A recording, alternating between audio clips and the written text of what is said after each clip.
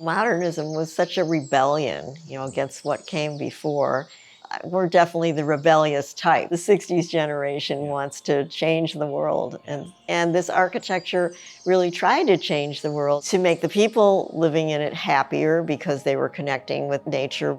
Modernism was really a movement. It was a social movement, and the architecture reflected that. And that's another reason why it's so important to preserve it for that history. The Liebner house came into our life because we were looking for a mid-century house here in the San Diego area. We had looked for a year and a half, and then we got this email from our realtor, and the email's subject line said, "Wow, just wow." And then there was a link. And we were very, very excited because nobody knew this house even existed. There was an article that we found, a historic article in 1961 when the house was built in the San Diego Union that called it a space-age house. And it said, the residents of this house are far out over the canyon. That was the headline. But they dubbed it as space-age because the builder, designer, resident of this house was an aerospace engineer at Convair. And he had moved to San Diego from Michigan, where he had worked at General Motors as an engineer, and then came out here to work in aerospace.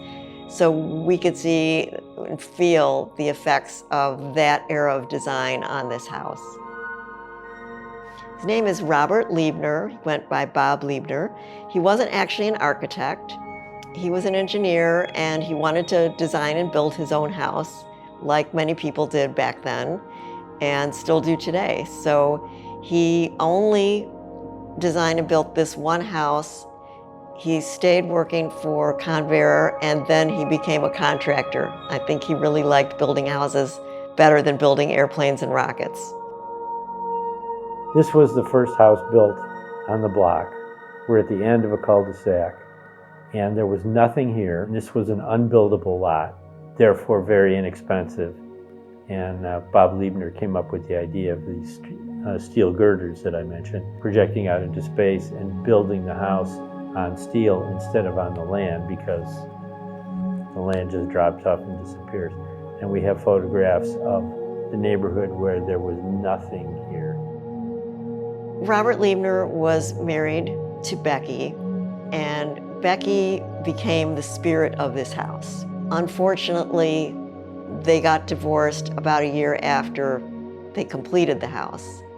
And she remarried a really interesting man who also was in aerospace in terms of he was a glider pilot. And he became a famous glider pilot.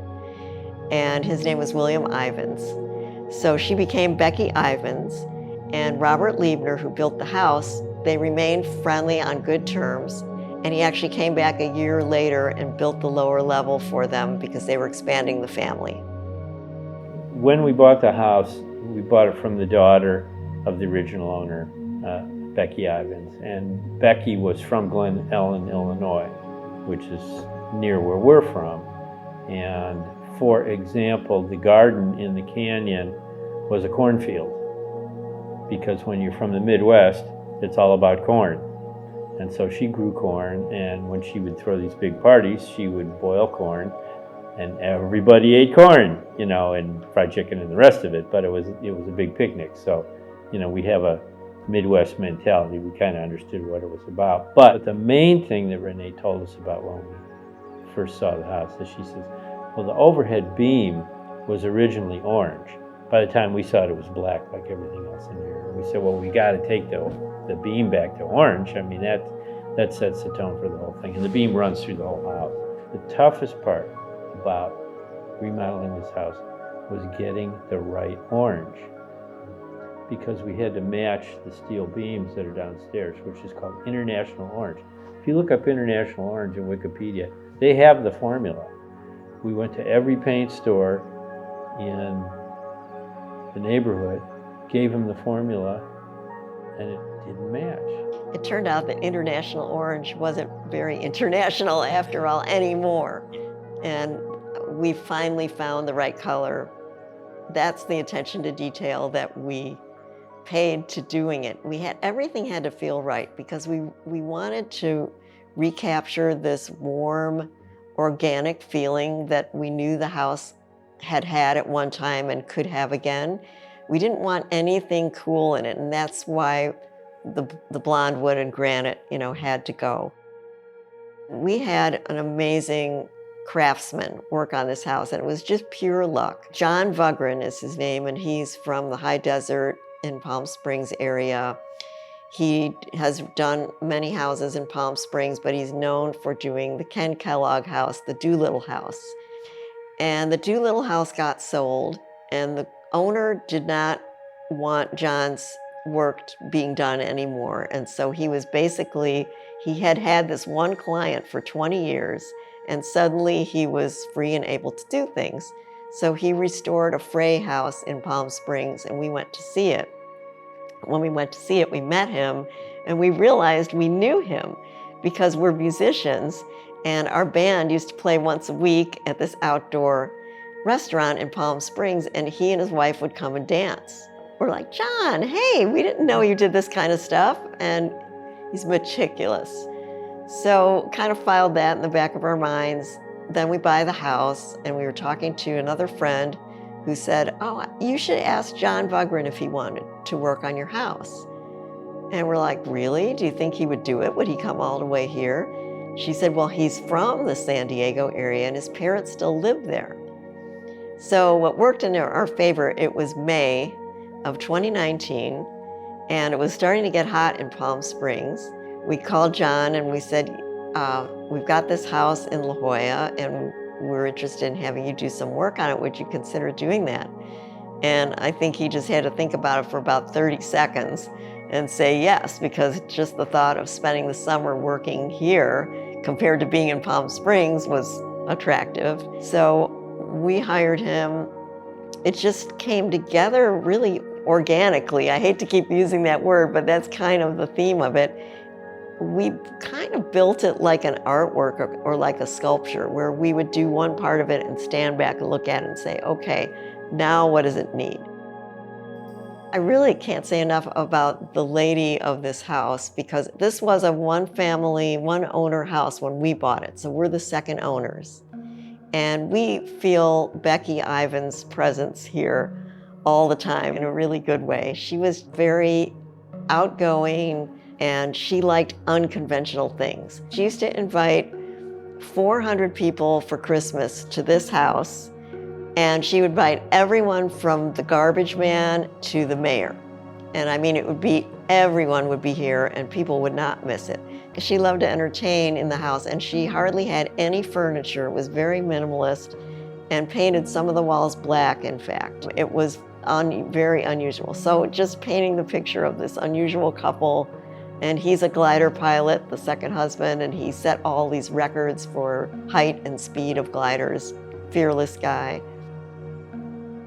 We wanted to sort of dedicate our free time when we're not doing music or working to architecture preservation and spreading that appreciation around and the enthusiasm. So I'm involved in a lot of architecture education projects.